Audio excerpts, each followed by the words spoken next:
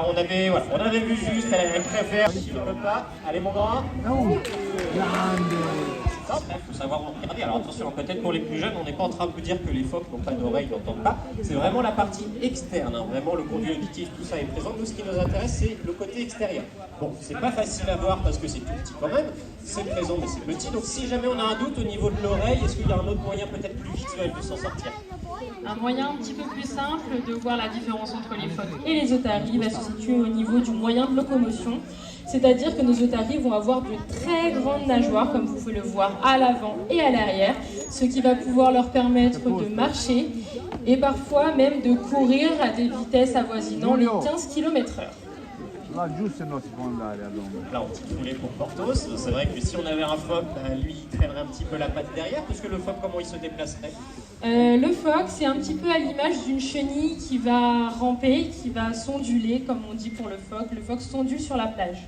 Donc là, voilà, déjà, on a ce côté vitesse qui atteint, et puis ces grandes nageoires, en plus de courir, est-ce que ça leur permet encore autre chose à nos otaries? Ces grandes nageoires vont leur permettre de monter tout en haut des côtes rocheuses de Patagonie. Et une fois qu'on est en haut, pour rejoindre le bassin ou l'océan, il va falloir plonger. Alors là, on a bien vu la phase ascensionnelle de Naya. Alors, à comparaison, ça a l'air d'être déjà des grands rochers. Est-ce que tu penses qu'elle va réussir à plonger depuis le haut, si on l'encourage un petit peu? Alors, je pense que de tout en haut pour... Non. Ah, on avait vu juste, elle préfère, on va dire, la sécurité, mais on lui pardonne tout à cette jeune femelle. On va voir si Portos, voilà, l'expérience faisant place au doyen. Allez, lui aussi, je pense qu'il a besoin de quelques encouragements. Et ben, je pense qu'il ne peut pas. Allez, mon grand. Sans problème. Vous voyez, là, vraiment, si vous avez un doute sur les oreilles, le déplacement, la course, l'escalade et après le saut final, les grandes nageoires du otarie lui permettent ces déplacements, chose qu'on ne verrait pas chez le phoque.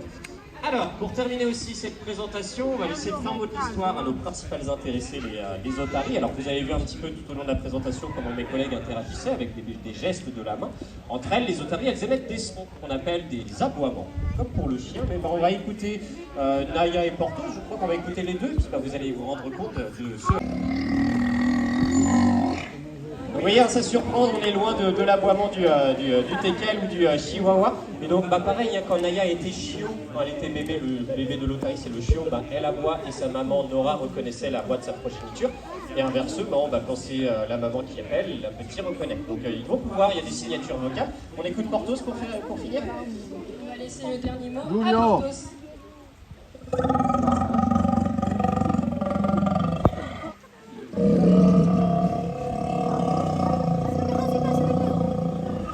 Voilà, la dernière longueur pour la route. Merci Portos. En tout cas, merci Sarah pour ta première. Merci au soir.